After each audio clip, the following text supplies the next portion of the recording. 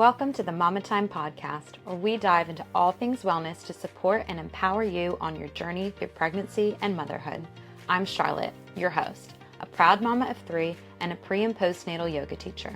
My mission is simple, to help mothers like you feel your best. In this podcast, I'll share practical tools, heartfelt stories, and nurturing practices to help you reconnect with yourself through the ever-changing seasons of motherhood. Because while you're busy caring for everyone else, I'm here to remind you of something so important. You matter too. You are worthy of prioritizing your well-being, and when you do, it creates a ripple effect that transforms not just your life, but the lives of those around you. Along with sharing my own experiences and resources, I'll be chatting with inspiring fellow mamas who are passionate about supporting other women. Together, we'll have honest, heart-centered conversations about their journeys and the transformative tools they rely on to thrive in motherhood so you can thrive too. So take a deep breath, get comfortable, and let's get into today's episode. Are you ready?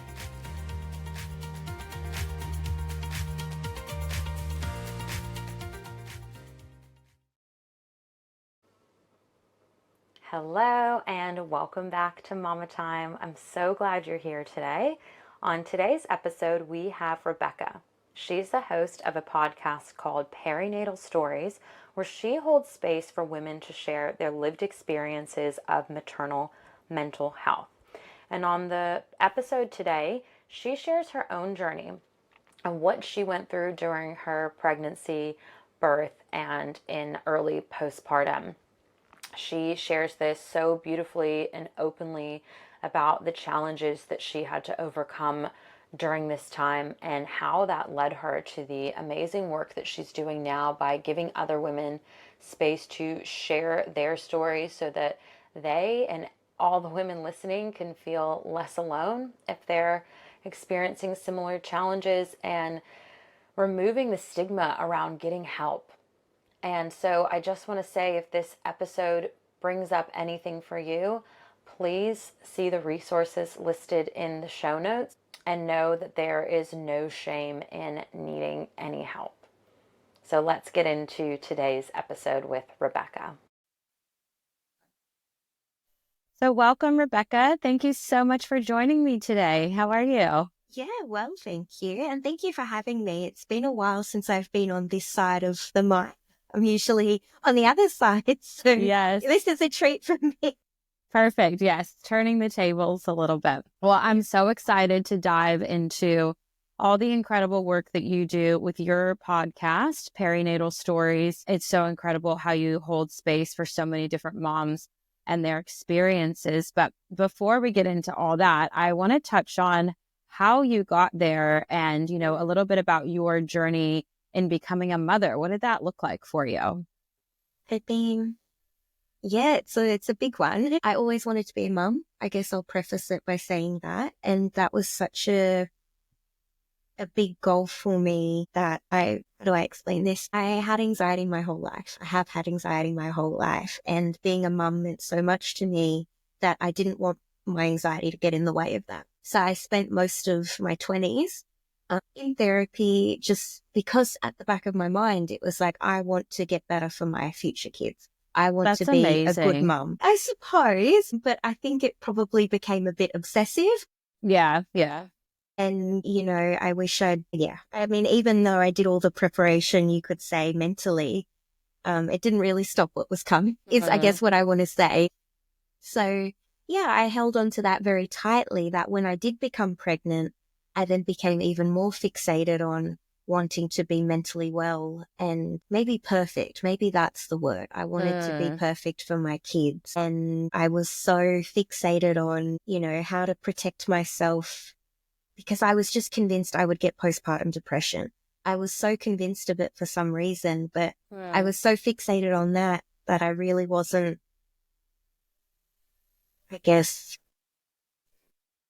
I was really in denial about how anxious I was during pregnancy. And it was so obvious, but I was so focused on postpartum that I knew I was anxious in pregnancy. I knew that, maybe just not aware of how anxious I was. And I think because my baseline level of anxiety is quite high, Yeah. And I really thought I was managing it. So I knew my anxiety was high, but I kept telling myself and everyone, oh, but I'm seeing a psychologist. I'm seeing a perinatal psychologist. I was through the Gidget Foundation Australia. They have a Amazing. beautiful service, which is bulk billed with Medicare. At the time, because it was COVID as well, it was 20 sessions a year, not just 10 sessions covered by Medicare. Amazing. So I got very lucky there. And because I said to myself, I am seeing a psychologist, I'm doing all this research, I'm, learning about things and, trying to obtain as much information as possible. I'm anxious, but I'm managing it. But really I was, I guess, trying to control it. And that, for anyone who's had anxiety, and I knew it too, but trying to control your anxiety makes it worse. So I was really in denial about that. Yeah, so I was very anxious throughout pregnancy, but things took a turn by my third trimester. I had a very healthy pregnancy physically, but by my third trimester, all of a sudden I developed what I now know is called tokophobia, which is a clinical fear of childbirth. And that Oh, came out wow. of nowhere. I like to say it came out of nowhere. During the rest of my pregnancy, I'd been imagining birth, I'd been doing calm birth classes and doing the meditation. I was scared, don't get me wrong, but I felt, Which I think is normal. I think is normal. I think there Yes. was a normal level of anxiety, but then all of a sudden it became an abnormal, Sure. very clinical phobia. It was a phobia. Yeah. The thought of birth just sent me over the edge. I couldn't go to the office without crying. So I was still working. Every appointment with my obstetrician, I would just break down in tears. It just became this all-consuming thing that even like having a shower, I would just collapse onto the shower floor and be scared to move, because if I moved and got out of the shower, it was like time was moving forward and I wanted time to stay still, because if time kept moving forward, birth was coming, right? Yes. I know this in hindsight now, but, most phobias, there's not a time limit to it. Let's say someone is extremely phobic of dogs. It's not that they have to overcome that within a certain time frame. But with birth, there's a baby inside of me. There is a time limit on that. Birth is coming, whether I want it to or it is coming. And that just was extremely overwhelming and paralyzing, really. My obstetrician was absolutely beautiful. She says, look, you're a prime candidate for a vaginal birth. I think you can do it, but my anxious patients tend to opt for a C-section. I'm leaving the ball in your court. It's entirely up to you. And I really appreciate that she gave me that decision, but I also feel that need to decide is what really sent me over the edge, because I couldn't decide. Because in my mind, it was like, well, I'm going to die both ways is how it felt in my head. It felt like that was just the reality, and I couldn't get past that. Like, surgery is not exactly, something that I wanted, but also going through a vaginal birth that was so unknown. You don't know how it's going to play out. As much as you want to think you can, I suppose, control things, sometimes it just doesn't work out. And that uncertainty, that scared me as well. But the certainty of a C-section also scared me, because I knew what was happening. Like, I knew what would be happening. So anyway, I just had a very unwell pregnancy in the emotional and mental sense. And I did opt for the C-section, a planned one. And I walked into that C-section, and I've said it so many times, but it felt like I was walking to my death, like walking down the hallways of the hospital. And it's like, you're trying to be positive because you're like, I'm going to meet my baby. Yeah. And once I get through this, it'll be fine. But I suppose it wasn't, phobia.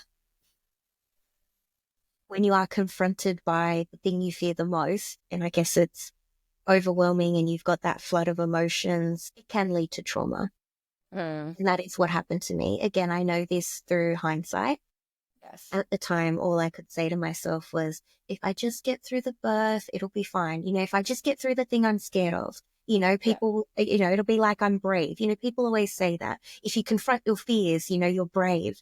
I just kept trying to say, oh, well, I'm going to confront it by going through it. It didn't happen that way. I had so many panic attacks on the table. And, you know, you're in surgery, you're trying to stay still, right? Yeah, that's And you where just, my thought just went, you know, how that must have been a difficult experience for you.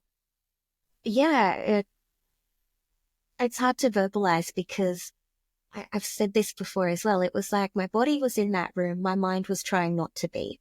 Mm. And so I just remember wanting it to be over. Like, can we just get this over with? Can we just do this quickly? You know, they said, do you want to hold your son? He was born. And I actually said no because I was so scared. I didn't even want to think about him. I just wanted to get through the surgery. Sure. And that's something that ate at me and still eats at me now, even 3.5 years later, because, you know, my whole life, I guess, most of my adult life, I'd wanted to be a mum and I'd wanted mental illness, my anxiety to not get in the way of my parenting. And it did. You know, at that first moment of, do you want to hold your son? It's like, no, I'm too anxious for that. I couldn't even think, is he okay? I just wanted to get out of that situation. Sure. So yeah, that was the start, I suppose, of my parenting. But again, with the trauma that then unfolded, which I didn't see coming, I don't think anyone saw coming. Within, you know, I mean, the first couple of days, I was very, very anxious, constantly wanting all the nurses to check my, you know, the observations. Can you check my temperature? Do I have a fever? Is my scar weeping? Like, I was so fixated on something was going to happen physically. And it didn't, thankfully, but I just felt so vulnerable and so scared of my own body. But surprisingly and thankfully, things were okay with my son. You know, I was able to be his mum and, you know, breastfeeding was coming naturally at that point. And, you know, it was all very good for the first 48 hours. And then a whole lot of symptoms hit, which again, I didn't see coming. Couldn't sleep all of a sudden. I was just so anxious and I was constantly in my head trying to, I guess, anticipate anything that could ever go wrong. So like I was thinking about, what if my husband and I die and who's going to look after my son? Who's going to love him like I can? And it just, everything felt so intensive. What if we lose our jobs and we can't support him and, you know, he doesn't get that future, just anything and everything. And it felt like every single worry that I'd ever had in my life just hit me again like a ton of bricks. Wow. And it felt like I had to solve it. I had to solve all these problems to anticipate them so that I could protect us. It just felt all consuming, right? And yeah, I couldn't sleep. Anytime I closed my eyes, it was like, I describe it as like, you know, you're scrolling Instagram and you get reels and then you get the next reel and then the next reel. It was like that, but with nightmares. Every time I closed my eyes, it was burst of images and then I would jolt. Like, it was like I'd panic, close my eyes, another reel, and then I'd jolt. And it was just, I could not sleep for days and days and days. And that was terrifying because, you know, then I started to fixate on sleep because I knew, you know, that in my head, if I wanted to protect myself from postpartum depression, I need to make sure I get lots of sleep. Like that was something that I, again, fixated on. And that, again, then became a fixation. If I don't sleep, I'm going to get postpartum depression. And then if I get postpartum depression, maybe I'll get postpartum psychosis and maybe I'll hurt myself or I'll hurt my son. Like it just absolutely spiraled. Yeah.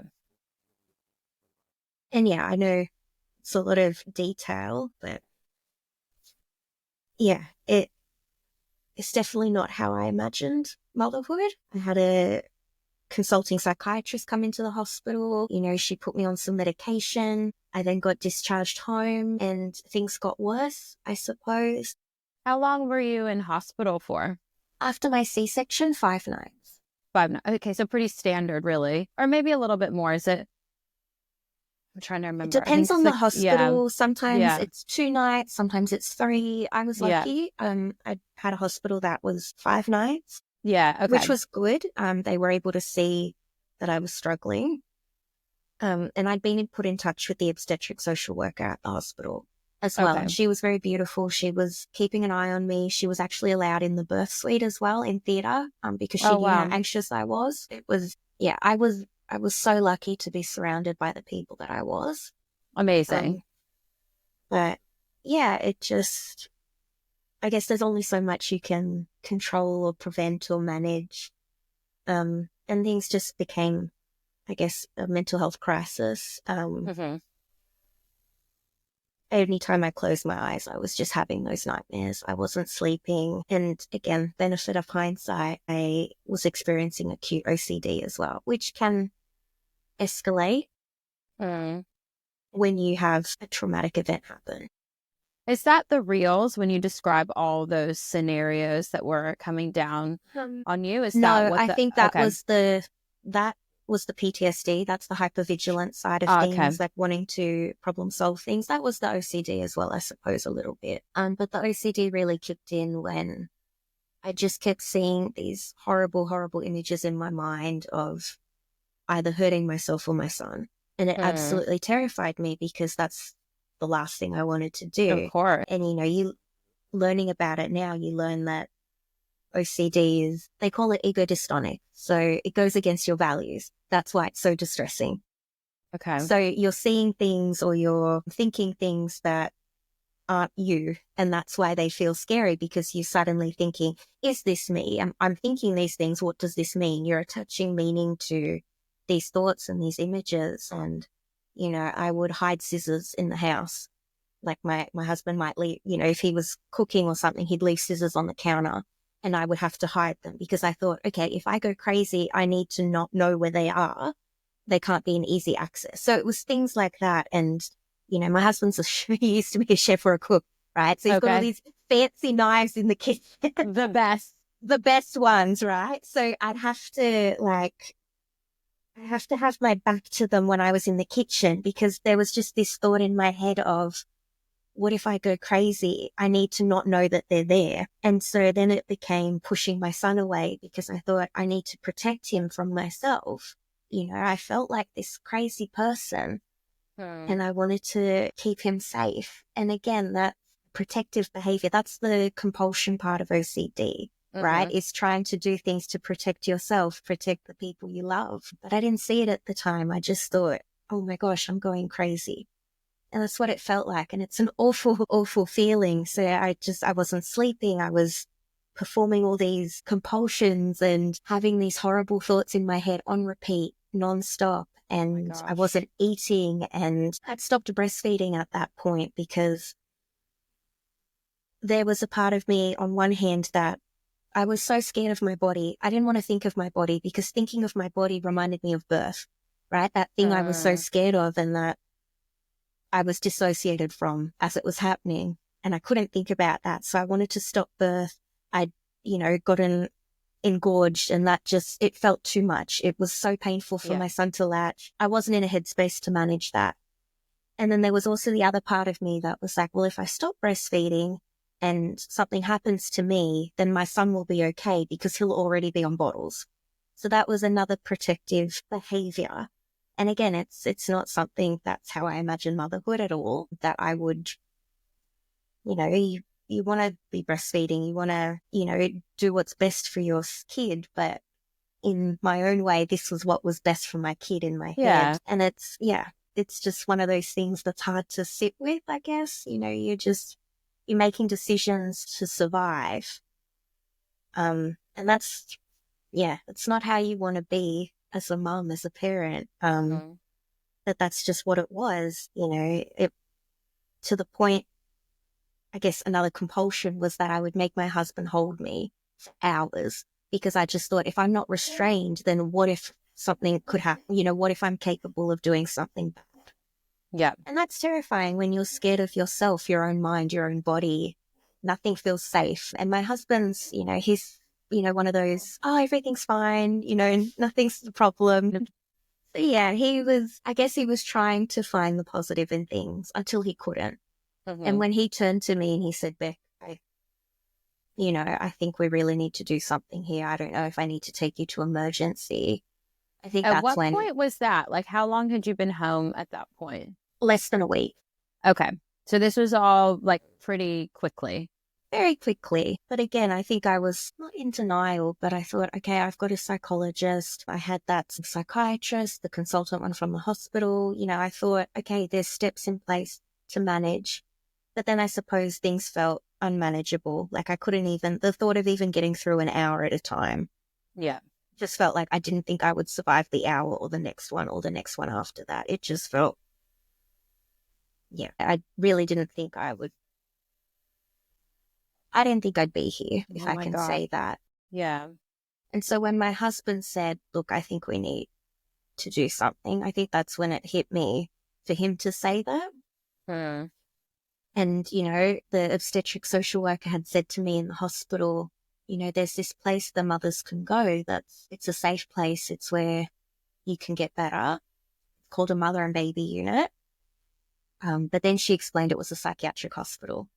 And at that time, when I was in the maternity hospital and she'd said that, that just set me right off. I was so distressed at that thought because I thought, oh my God, they think I'm crazy. Oh my gosh. And then it plays on you because it's like, what if they're right? What if I am crazy? And then you're having all these thoughts and these symptoms and you can't make sense of them. And anyway, it was at that point when my husband said, I think we need help. You're not okay and I can't help you. Yeah. Is when I called the obstetric social worker and I said, I need to get into this mother and baby unit.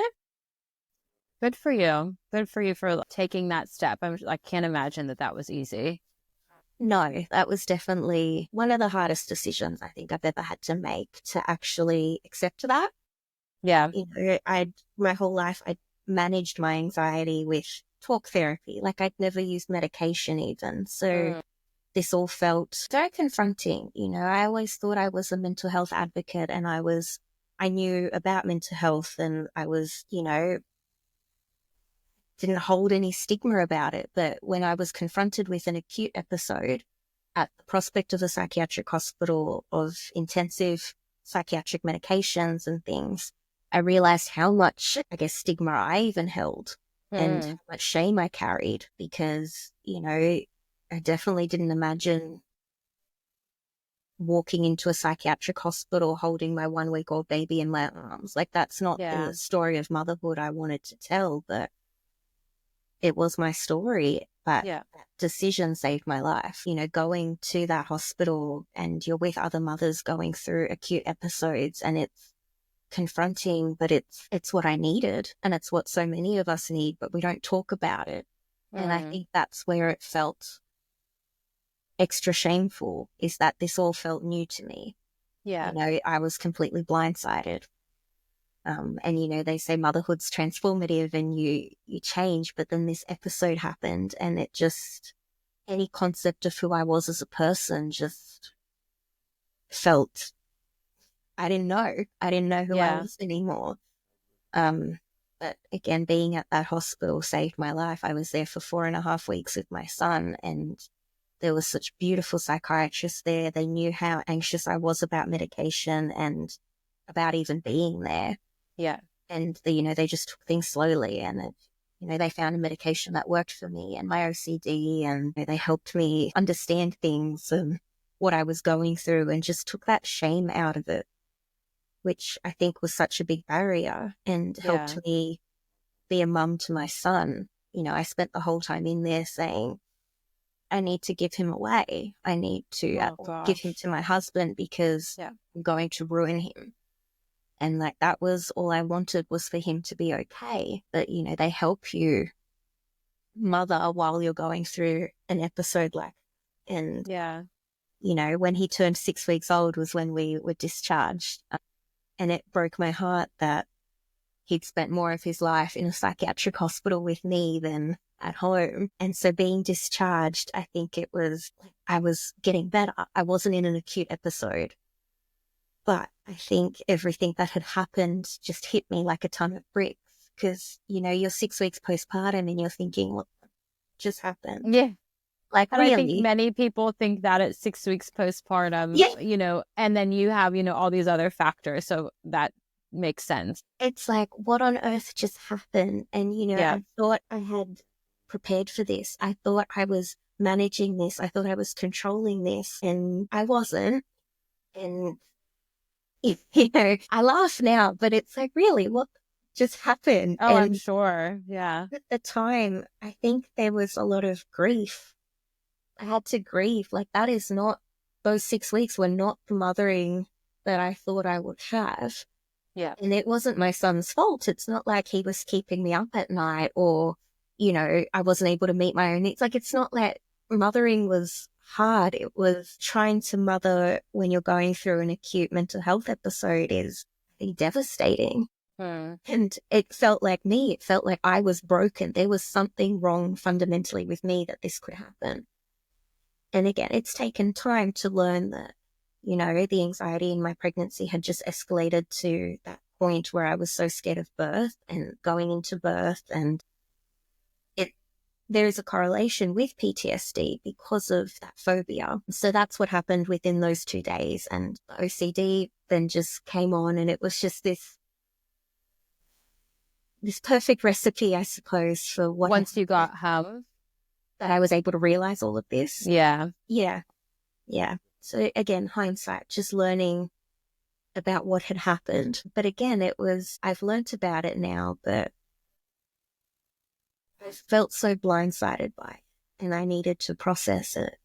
Of course. And just trying to figure out who I was as a person. And, you know, in the mother and baby unit, the MBU, I was journaling, or I was just trying to find connections, right? Like I felt blindsided, I suppose. I keep saying that, but yeah, it shocked me that the more I talked about it with family and friends, the more people came out to me and said, I was in that hospital, or my friend was in that hospital, or my auntie or my sister. There were so many people who came and spoke to me once I was in there, I was going through it. But I didn't know this beforehand. And it got me thinking, like, what a disservice that, you know, no one knows about this life-saving hospital, or that there's still such shame.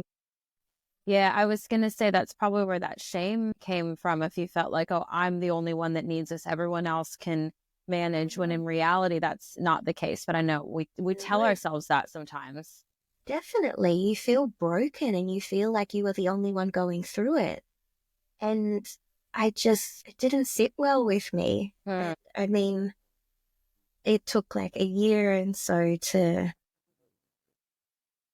I'm going to say, recover. I think it's something that just takes time.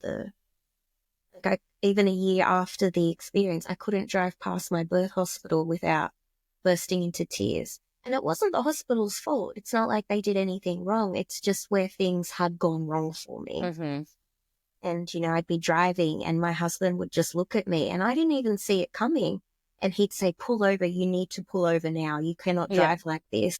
I didn't even realize the hospital was there, but it had just set me off. Yeah.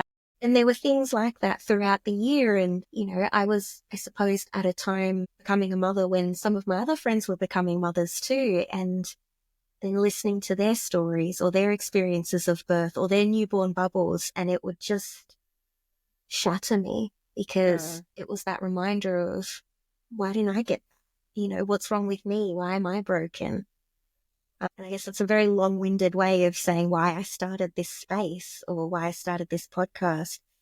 About 9 months postpartum, I started the Instagram page in the lead up to the podcast, because I wanted a community, I guess. I wanted a place where you could talk about that stuff, where you could talk about maternal mental health and all the layers, all the stigma, and be able to educate other people about what to look for, or also what services are available.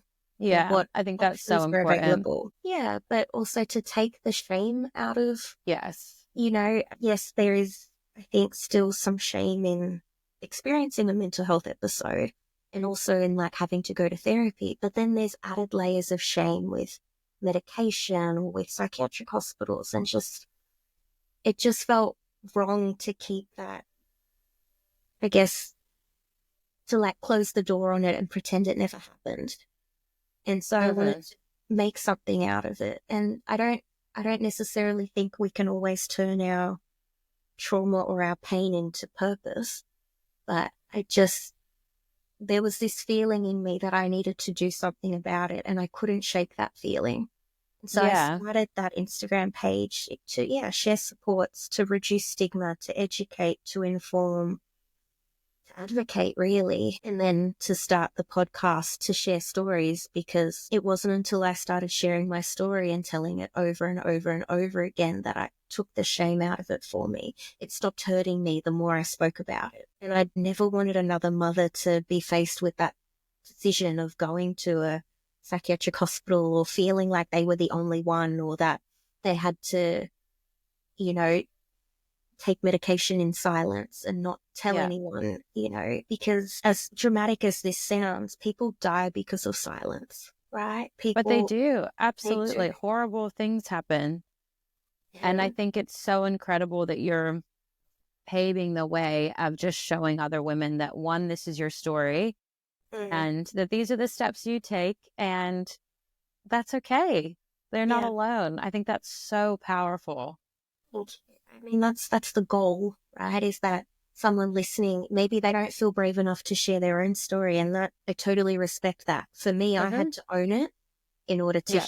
recover from it. I know that's not everyone's journey, but at least if they know that they can listen, Yes. they don't have to share their story, that there are other people going through this, or other people who have taken these steps. This is what's worked for them. This is what hasn't. Or, this is where we still need to come together and advocate to improve the system, or whatever that is. Yes. Having this podcast and listening to all these stories, just, it's humbling as well, but it blows me away, like the messages that I get, or the people who reach out and say, I listened to this episode and I went to the doctor today because I've known I wasn't okay, but I was kind of in denial. But, I went to the doctor and I'm going to get help today.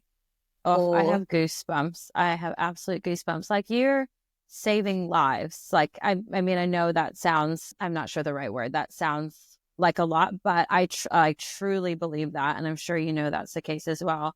And helping families from, potentially some really distressing yeah, situations. It's such huge, meaningful work that you're doing. And I think it's truly incredible. thank you.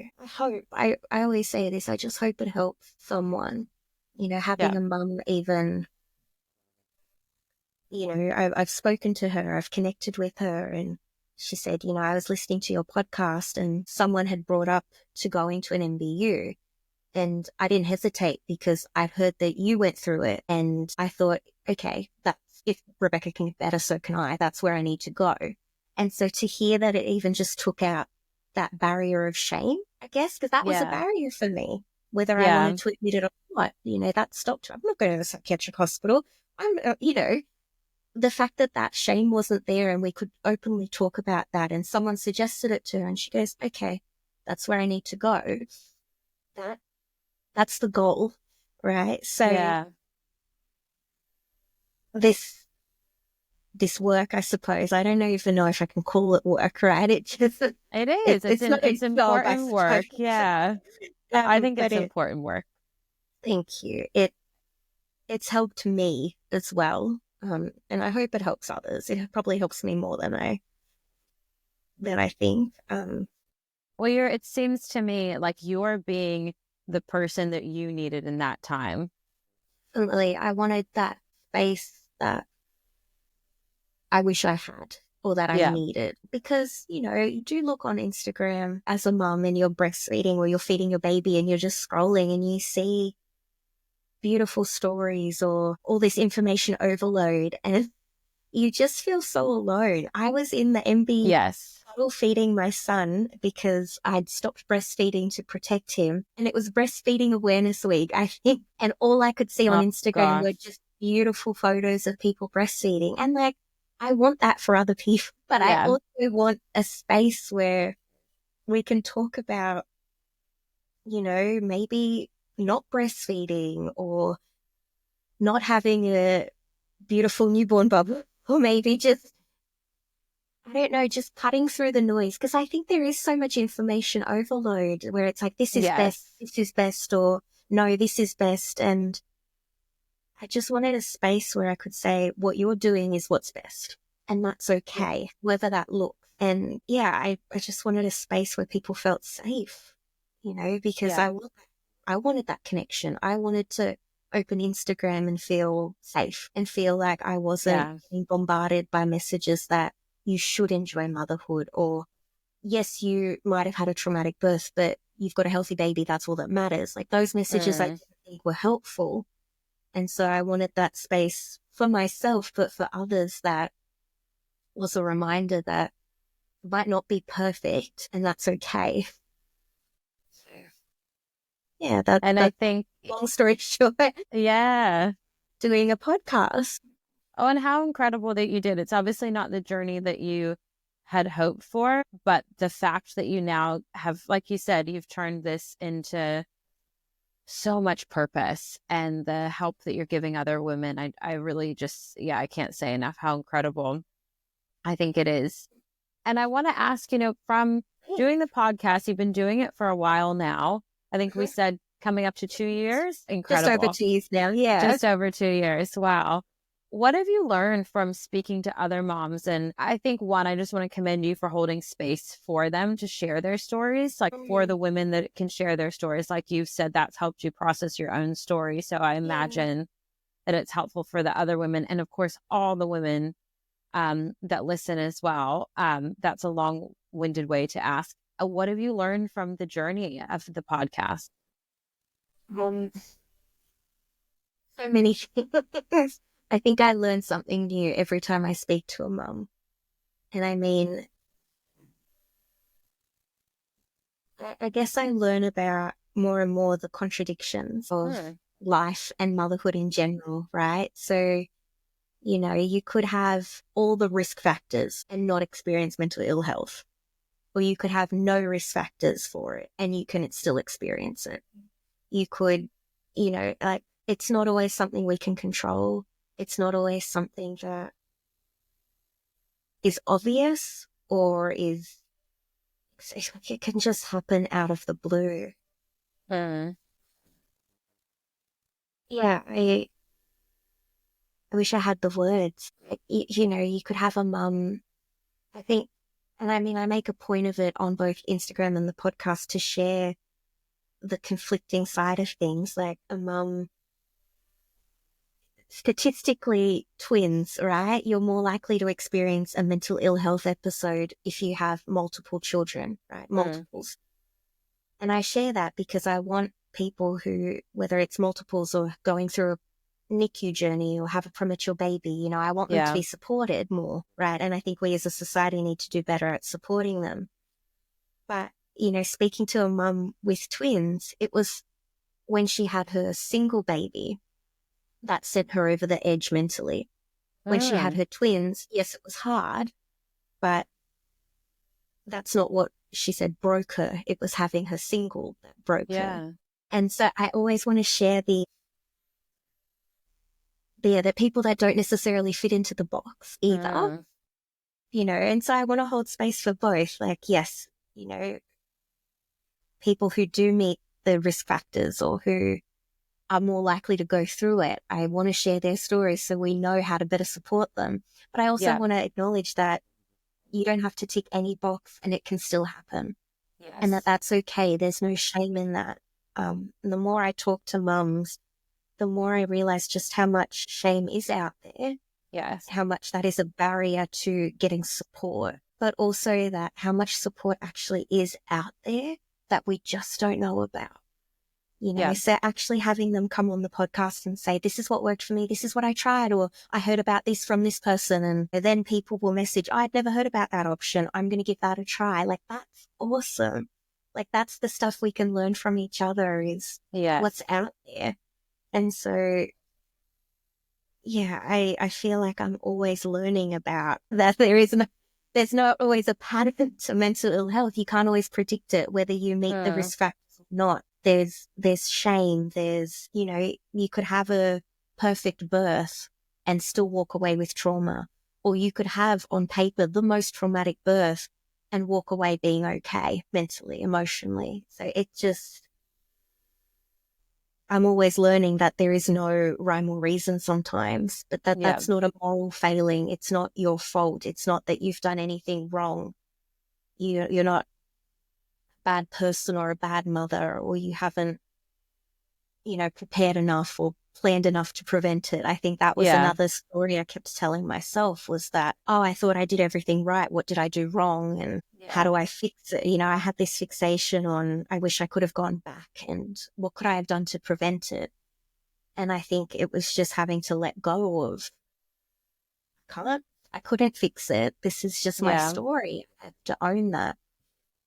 So learning from telling my own story, but hearing from others that it's not a moral failing if you go through mental ill health. It's, it's not that you're weak. It's not that you haven't tried hard enough to get better or recover or whatever it may be. It's just these things take time. It's not linear. You can have lapses. It's not perfect, but that's okay. It's not a reflection of you. Yeah, I think that's a really important message. Yeah.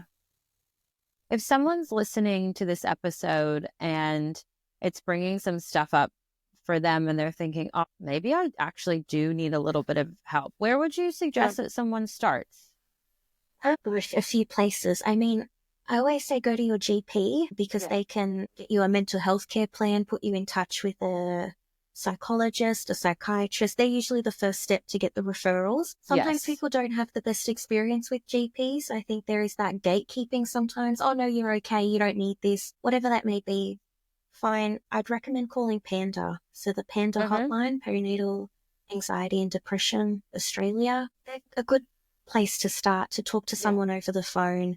They also have, I believe, a checklist on the website that you can kind of go through, see where your symptoms are. They might say, look, we might recommend this, or we might recommend that. Another great place is the For When helpline. So for when something happens, they're there for you, is the gist. They tap into COPE e-directory, which is a whole list of perinatal mental health supports. So psychologists, all of these, so they can put you in touch with local community supports close to you. So I think there are so many places you can start potentially, but the biggest thing is actually just starting. Yes. Reaching out to someone, asking for help. That's the hard part, but it gets so much easier from there. Amazing. I'm going to link all of those resources in the show notes as well, so they can be an easy reference. Thank you so much for sharing those. Before we wrap up, I want to ask you a couple questions that I always end our episodes with. Please. Yeah, for sure. What's one piece of advice you would give yourself in your pregnancy? To let go a little bit. And it's actually something I had to do. I've just recently had my second baby. Congratulations. Thank you. I've welcomed a little girl into my life. And making that decision to have a second baby was hard, and to potentially go through this thing again. So had to go into my pregnancy and just letting go, that I didn't need to know every bit of information that was on the internet. I didn't need to take on board everything that was being said to me. You log onto Instagram and, oh, I'm a dietitian, I would never do this with my kid, or I'm a pediatrician, but I would never do that. And it's always conflicting, right? Yes. And so I would get so stuck on that, like, what is right, what is wrong? And I would obsess and I would research, and I would have to look at reviews, and I would go down a rabbit hole. And this time I just had to say to myself, such a rabbit hole. It is. I just had to say to myself, like,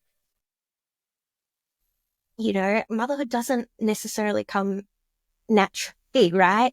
Like, it's not, we learn as we go. And I had to accept that.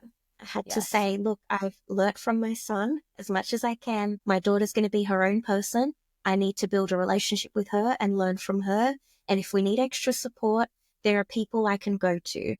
I went into pregnancy with a whole heap of support around me, and I credit that for being okay. I had my psychologist, I had my psychiatrist, I had my social worker, I had a lactation consultant. Like, I had that all set up in birth, because I thought, I can't control whether this happens again or not.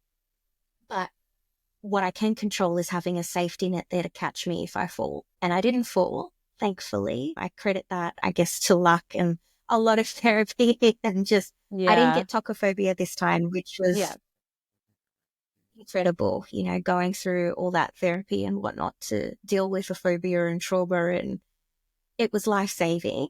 but I carried a lot of fear through pregnancy, like what if, or just in case, but it didn't happen. Yeah. Wow. But I also had to let go.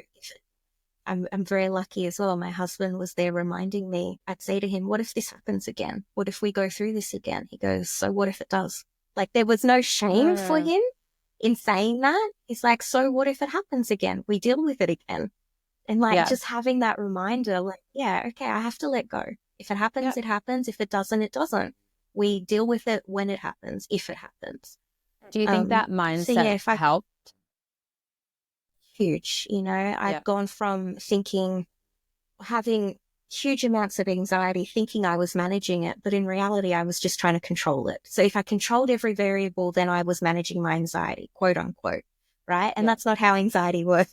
Having to let go and being able to let go just made such a difference. And it doesn't mean it was perfect, but it just helped me deal with what was in front of me rather than any hypothetical. Yes. Yeah. And that's all I could do. That's all I could control was what was right in front of me. Yeah. So, yeah, I do think that made a difference. Yeah. And so now I want to hear about your second, just briefly, because we're on that topic. So you had a different experience in pregnancy, and then it sounds like with the birth and postpartum as well then. Yeah, I mean, this pregnancy, I wasn't as anxious. At the start, I was actually depressed, which I say this a lot. I'm scared of depression. I'm so used to anxiety. Depression feels like it can hurt me. Well, that's the other extreme, I guess. It's the other extreme. But I had to let that go. I had to work with my team and just, again, take it day by day. And so, yes, I was anxious, but I wasn't unwell. I was stressed, but I wasn't distressed. And I always said, like, whatever birth looks like, I'll deal with it. You know, for now, but, you know, at the start of my pregnancy, I said I wanted to try for a vaginal birth. But if I suddenly feel scared or whatever, then I readjust my plans. I didn't want to I didn't want to hold too tightly onto any plan. I wanted to see how I felt at that time and reevaluate. So I did opt for a vaginal birth. I did the birth class with my my yoga teacher, who was actually my doula as well. Oh, amazing. That's probably another story, but yeah, yoga was such a big part of my pregnancy, my postpartums, both of them. My yoga teacher just so happened to be a doula. And it wasn't so much even about the yoga itself. It was about the connection and she was running antenatal classes. So you're making connections with other mums or other pregnant people. And that's what I needed as well. And I was so grateful to have that space with her. But anyway, I did the birth class with her. I know. I was like, I need to mention this. That's my area. Yeah, I'm not a very active person. That's your why, right? But yeah, like I'm not an active person, and it wasn't so much about the yoga itself. It was more about the connection and just moving my body and things like that. The community. I feel like having a community, and you've built such an incredible community, you know this. That's my place of community where I like to build is those classes, and I think they're really powerful. Oh, I couldn't agree more. And yeah, so I had that relationship with my yoga teacher, my doula. I'm going to call her my friend now. Yeah, cool. But yeah, she's the only one I would trust in birth with me. And so she came and we tried for the vaginal birth. My waters had broken spontaneously and I went to hospital, but my daughter decided she just didn't want to participate. They have their own agenda, don't they? Which was fine. She does. Yeah, they do. I just, we had up, my doula and I, we had up like some mantras or affirmations around the room, and the one that I'd picked to hang up, she gave me a whole option to choose from on the day as I was laboring. And the one I chose was just whatever happens, I'm going to let go. And so I had that up on the wall and it was like, well, this is just what's happening. My daughter's, she'd gone up. She was down and then she went up and sideways. She just decided, nope, I don't want to do this. Wow. So that's fine. So we pivoted, right? We just reevaluated. And I had a big cry because I was scared. Obviously, I was scared. Going through a C-section again, it's not easy. But I had my cry and then I was like, okay, I'm ready. And so I walked into that C-section and had my daughter via C-section, unplanned, but that was okay. It was hard, but I did it. And compared to when I had my son, yes, I was still very scared and I wanted it to be over and I was still panicking. But all I could think about was, I just want to hold my daughter. And they put her on me and there's photos of me smiling. Yay. In surgery, which, compared to 3 years earlier, I never thought. First of all, I didn't think I'd survive to even be a mum to my son, let alone to welcome another baby, let alone to be smiling in my C-section, right? What a journey. Like, what a beautiful full circle journey for you. I probably didn't feel like it through all of it, but to come to that moment, how incredible. Definitely. So it just, and I do credit the community that I created. I had so many people messaging me, wishing me well. And I held on to that. As scared as I was like, there's all these people rooting for me and wanting the best for me. And that just felt, despite everything I went through, despite feeling like this crazy person and feeling like no one would want to associate with, you go through all those thoughts, to having all these people around Australia and around the world messaging me and, wanting the best for you and, saying, we're here for you. Like that just, it held me as well. And that's why I say I think the podcast and this space on Instagram helps me as much as I hope it helps other people, because it is that community that I wish we had, or wish I had the first time around. That I wish everyone could have, where it's safe, where there's no judgment. Whatever parenting decision you make, I know you're making because it is best for you and it is best for your baby. Or, if you have to if you are going through a mental health crisis, or if you are, going through psychiatric interventions that, no one talks about. I just wanted a space where there wasn't that judgment. Well, now there is. I hope. I truly hope so. And I thankfully didn't experience any mental health episode whatsoever this second postpartum, which I still pinch myself. Like, there's still a part of me that's like, is it coming? So how old is your daughter now? Oh, so she's 6 months. Okay, amazing.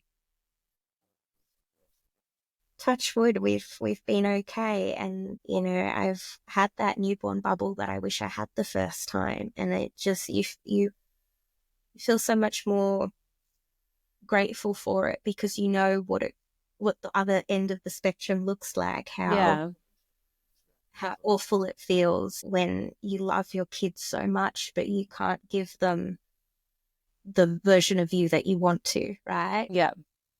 So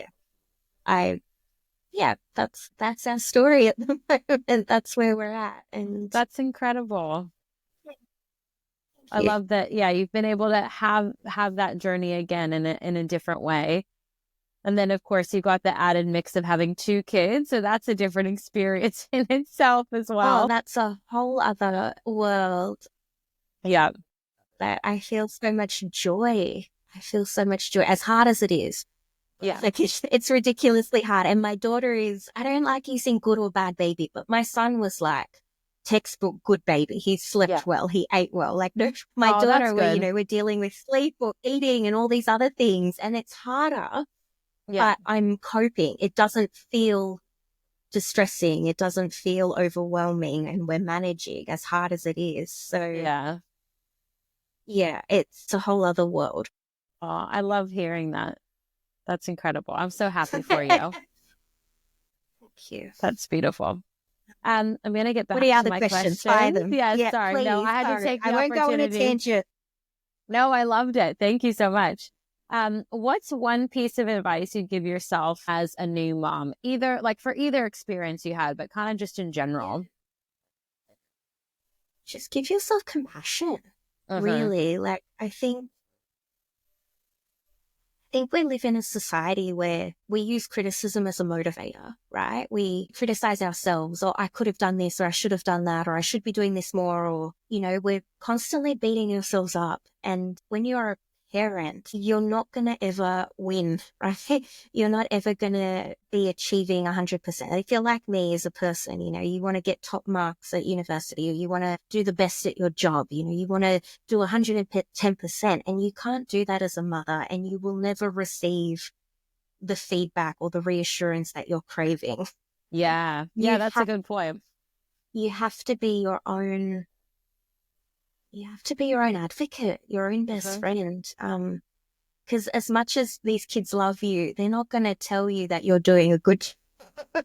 They might occasionally, but it'll be after they tell you you're horrible for serving them exactly what they asked for, something ridiculous like that. Yeah. Exactly. After they've thrown something at you, or, been screaming all night, and you're telling yourself stories that I'm not meeting their needs, or I could be doing better, or they hate me, or whatever it is. Like, just give yourself some compassion. Like, yeah, I see you. Like, I see all these mothers, and you're doing so well, and nobody tells you that. And you are the last person to tell yourself that. I just wish we could, just give ourselves some more grace.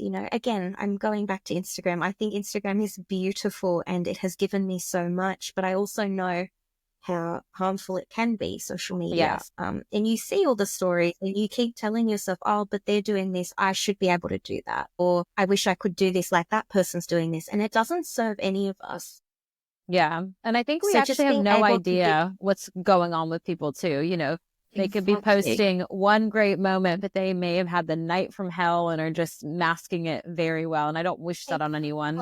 It's just no one's posting that when you're sitting rocking your baby crying in the middle of the night. You're not getting your phone out to post about it. So I think it's important to remember that.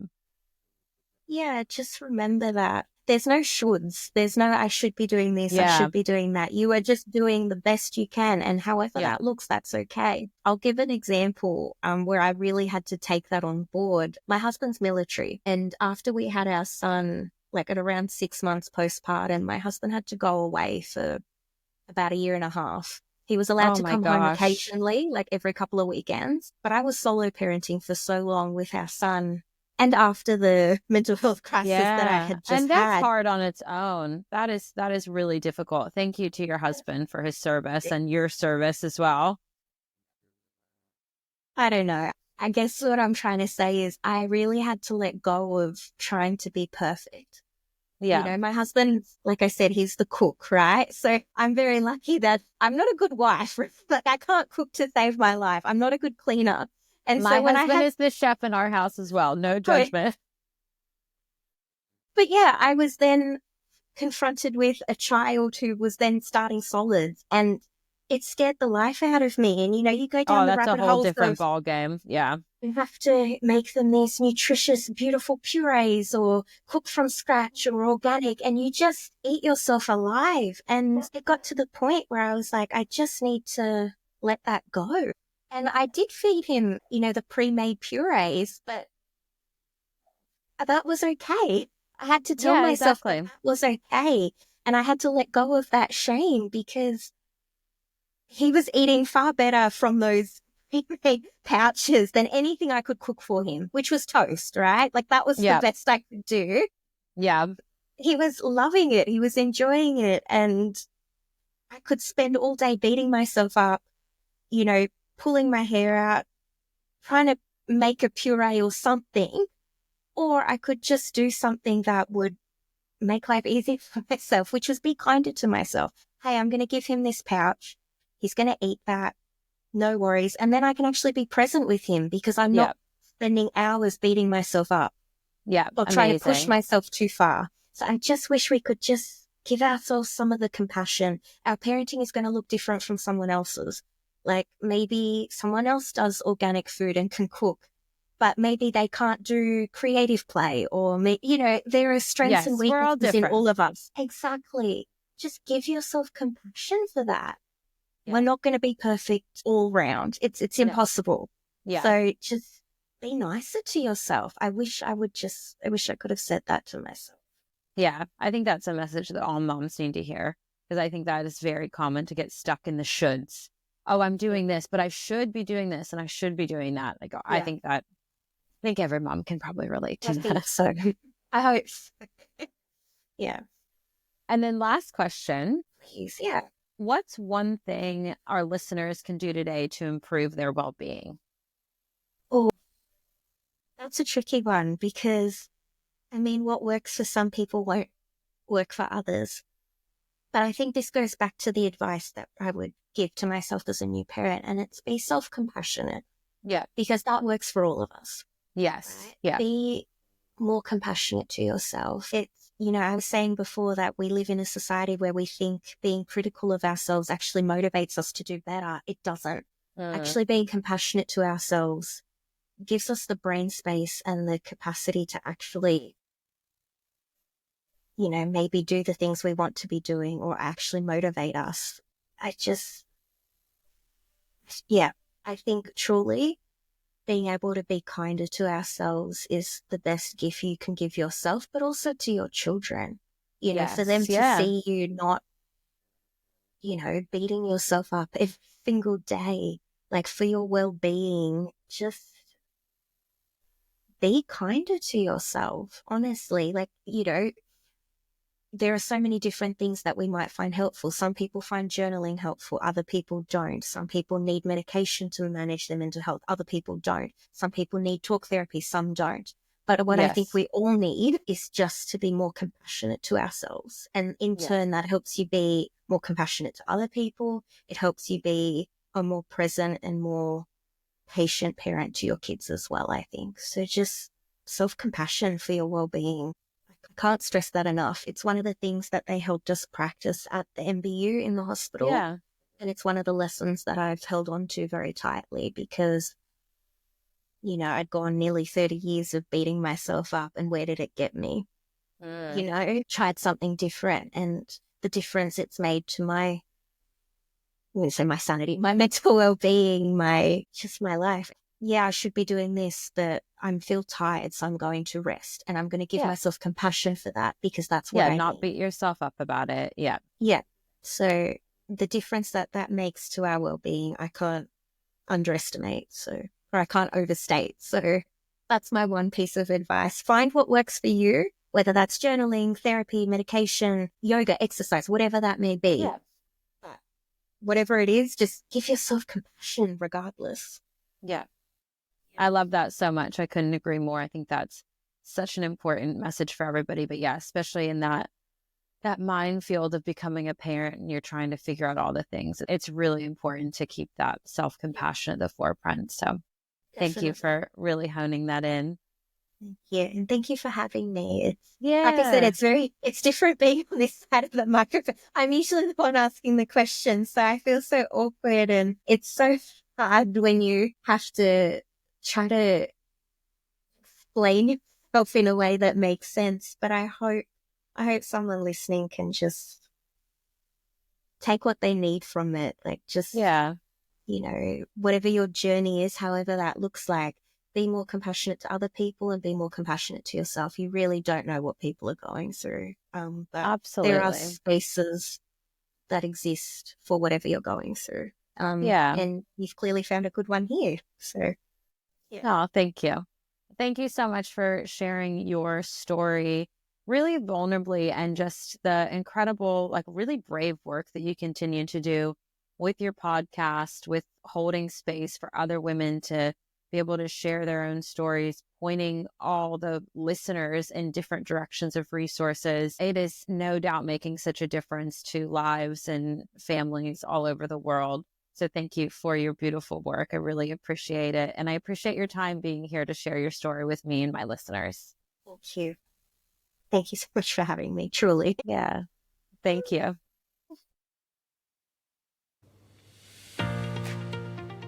Thank you so much for spending time with me today. I hope you found inspiration and empowerment in this episode. If you enjoyed it, I'd be so grateful if you could share it with another mom who could use a little extra support or encouragement. By sharing, you're helping us build a community of strong, empowered mamas who are thriving in motherhood together. If you have a moment, please leave a quick review and rating. It really helps more moms like you find the show and feel supported on their journey. For more simple and transformative practices, come connect with me on Instagram at mama_time_yoga. I'd love to hear from you. Don't forget to hit follow so you never miss an episode. And until next time, take care of yourself, Mama. You've got this.